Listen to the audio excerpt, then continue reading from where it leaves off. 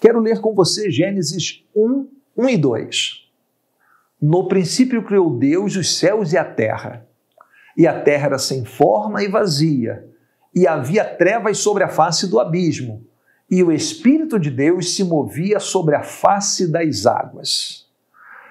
É curioso que na novela da Rede Record, que começou a ser transmitida no dia 19 de janeiro de 2021, no primeiro capítulo da novela, eles abraçam uma interpretação do século XIX que diz que entre o versículo 1 e o versículo 2 de Gênesis houve uma catástrofe na nossa terra, dizendo que no princípio criou Deus os céus e a terra, era tudo perfeito, e a terra era sem forma e vazia. Alguma coisa tornou a terra sem forma e vazia. E aí, Thomas Chalmers, que é um ministro escocês do século XIX, que idealizou essa ideia, ele dizia que os fósseis que começavam a ser descobertos dos dinossauros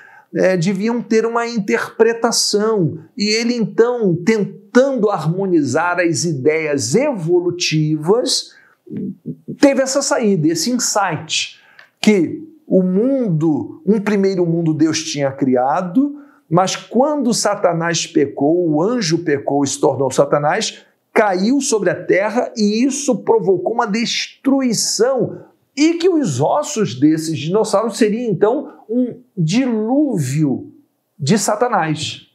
E que depois então Deus começa a reorganizar novamente a vida para o homem, os animais e tudo que nós conhecemos agora.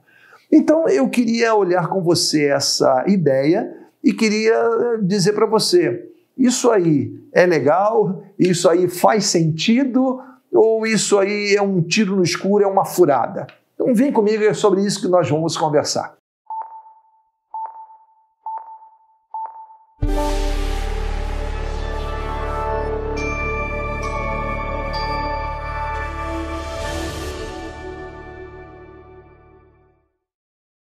Olá, eu sou Williams Corel, pastor da Primeira Igreja Batista em Guapimirim, Rio de Janeiro. Estamos realizando estudos no livro de Gênesis e este é o nosso 7º vídeo. Nós estamos então aqui tratando dessa curiosa interpretação de Thomas Chalmers, do século XIX, que dizia que a terra se tornou sem forma e vazia. Volta mais uma vez, olha novamente esse versículo. No princípio criou Deus os céus e a terra era não se tornou. Deus fez a terra, só que ela era um deserto completo ainda. Não tinha nada, nem luz tinha ainda. Ele ainda viria dizer: haja luz, no versículo seguinte, no versículo 3 apenas. Então Deus estava apenas no processo de construção dos corpos celestes e de tudo mais. Então eu queria analisar e dizer para você o seguinte, a iniciativa da TV Record, diga-se de passagem aqui, é louvável, acho interessantíssimo, porque bota a gente inclusive para trabalhar, para olhar, para criticar, essa coisa toda. Tem muita coisa bacana e tem algumas coisas que a gente precisa de olhos mais críticos para a gente poder rejeitar. Essa ideia, por exemplo, de que Satanás caiu, destruiu a terra e aí Deus teve que recriá-la, eu não abraço essa ideia por vários motivos. Então, vamos a eles. Em primeiro lugar, não concordo com essa ideia, porque o primeiro problema dessa teoria, que é chamada teoria do hiato, é que ela tenta harmonizar a Bíblia com ideias evolutivas. Evolução do universo, evolução da vida, química, que deu origem à vida, e evolução bioquímica. Olha, você vai observar em vários momentos dos nossos vídeos que não existe possibilidade de harmonização entre ideias evolutivas e ideias bíblicas e científicas. Não existe. A evolução, ela apregou a determinadas realidades que nós vamos conversando à medida do possível. Então, quero dizer, desde já, o seguinte: não existe possibilidade e não tente. Você que é um cristão, que ama a Bíblia e crê na palavra de Deus, não tente harmonizar, porque não há necessidade de harmonizar ideias evolutivas com ideias bíblicas. Elas não se harmonizam nunca. Nós veremos isso várias vezes. Meu segundo problema com essa teoria do hiato é o seguinte: assume que os dinossauros nunca viveram com os homens. E aí a gente tem que perguntar, o que a Bíblia fala sobre isso? O que a história e as artes falam sobre isso? O que a paleontologia fala sobre isso? Então vamos lá, começando pela Bíblia. O que a Bíblia fala sobre isso? Então, eu trouxe aqui Jó, capítulo 40, de 15 a 24. Aí você vai ter que ler esse texto todo, essa descrição. Essa descrição aí só faz sentido, é chamado aí na Bíblia, né, no livro de Jó, bimot. Só faz sentido se estiver descrevendo um brontossauro, provavelmente, da classe dos saurópodes. Então, provavelmente está descrevendo um dinossauro. E Deus diz: olha o bimot que eu criei. Jó, você pode ver, está aí, perto de você, ainda existe aí. Mas, Jó, capítulo 41, olha só, a descrição desse ser que a Bíblia chama de Leviatã, como parece com a descrição ou de um cronossauro ou de um tilossauros. Então, a Bíblia faz descrição de que esses animais viveram com os homens. O que a história e as artes nos dizem? Bom, é interessante. Veja só, eu estou colocando várias imagens aqui da Austrália, da dinastia Shu ou Han lá na China, da Austrália aqui mais próximo da gente, né? Século XVII, século XVIII, da dinastia Shu ou Han, eu estou colocando 1700 a.C. até 200 a.C. Eu estou falando do portal de Estar da Babilônia. Nós temos também a confecção aí de um dinossauro também. Eu estou falando do 6º século antes de Cristo.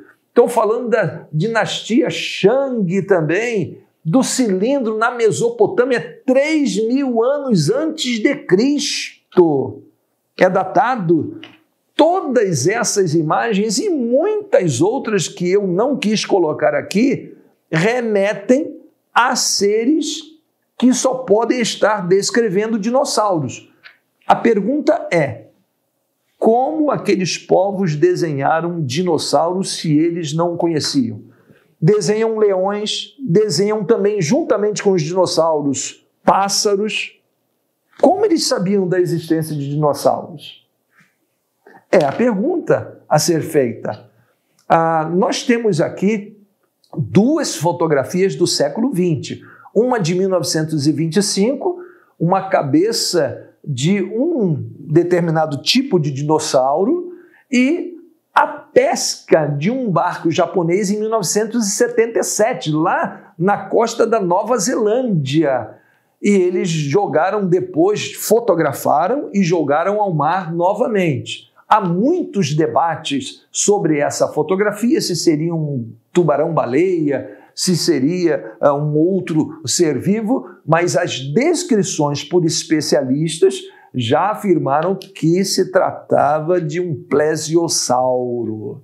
Então, nós temos no século XX fotografias, e tem outras que não coloquei aqui que sugere que esses animais ainda estavam vivos, porque foram mortos há pouco tempo, né? Nós temos assim, quando a gente olha para a história, em Heródoto, século V a.C., em Alexandre o Grande, século IV a.C., Flávio Joséfo, século I depois de Cristo, Marco Polo no século XIII, agora da nossa era, Conrad Gessner no século XVI da nossa era. Todos esses escritores e muitos mais relatam terem vistos e de ainda existirem animais que a descrição só podem indicar dinossauros. A Bíblia fala de dinossauros, a história e as artes nos mostram dinossauros, mas o que a paleontologia pode nos indicar? Olha isso aqui agora. Olha essa fotografia. Gente, o que está aparecendo agora de fósseis de T-Rex, com ainda colágeno, com resíduos orgânicos de dinossauros, é mais de praticamente uma centena de publicações científicas. Trago aqui para você esta aqui publicação científica de resíduos de tecidos moles em ossos de T-Rex. Por todo mundo agora acontece isso. É interessante que aqui nesse canal da ICR, você pode ver aqui uma discussão interessante de como os cientistas estão lidando com isso. Tem alguns que estão dizendo o seguinte, alguns cientistas: não, isso prova que os tecidos moles podem durar 65 milhões de anos. Acabou a discussão, hein? Estamos indo agora para esse nível de debate.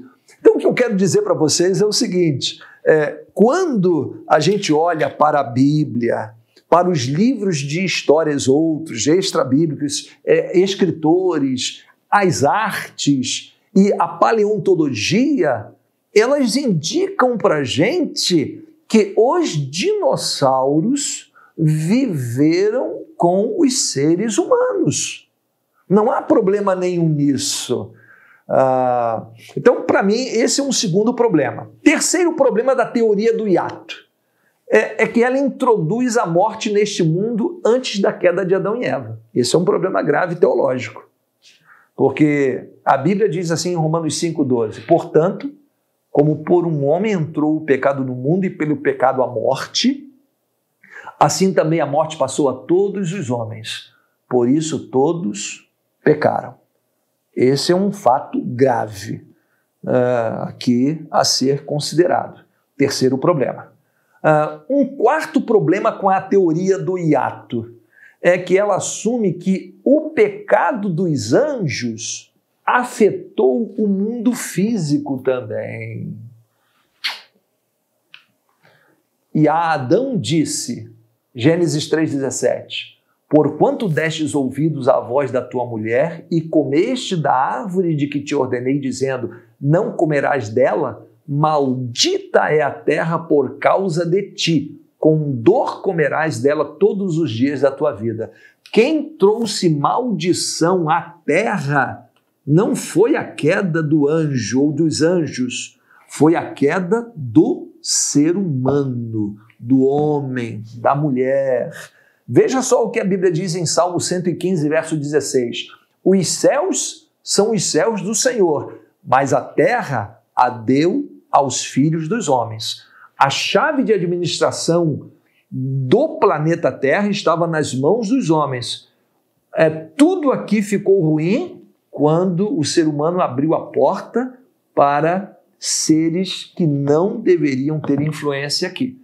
Portanto, discordo da teoria do hiato, porque ela diz para a gente que a queda dos anjos trouxe consequências para o nosso mundo físico. Não, a queda do homem é que trouxe consequência para o mundo físico. Provavelmente, a queda de Satanás e seus anjos ficaria restrita à vida dos anjos, mas passou a interferir também no mundo físico por causa da permissão do ser humano. E quinto e último lugar, o quinto problema que eu tenho com a teoria do hiato é o seguinte, é que essa teoria assume que os anjos caíram antes dos 6 dias da criação.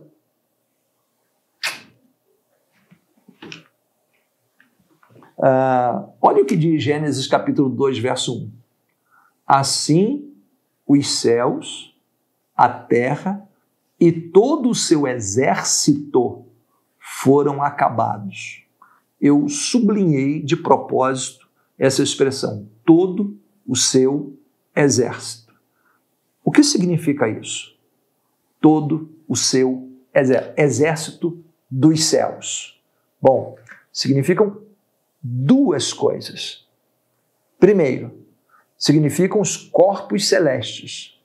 Deuteronômio 17:3 diz assim, que se for e servir a outros deuses e se encurvar a eles, ou ao sol, ou à lua, ou a todo o exército do céu, o que não ordenei.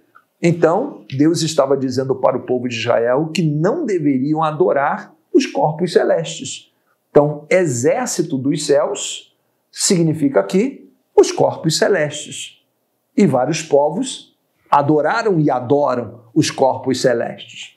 Tá? Mas seus exércitos também significam seres angelicais. Daniel, capítulo 8, verso 10 diz assim, e se engrandeceu até contra o exército do céu, e a alguns do exército e das estrelas lançou por terra e os pisou.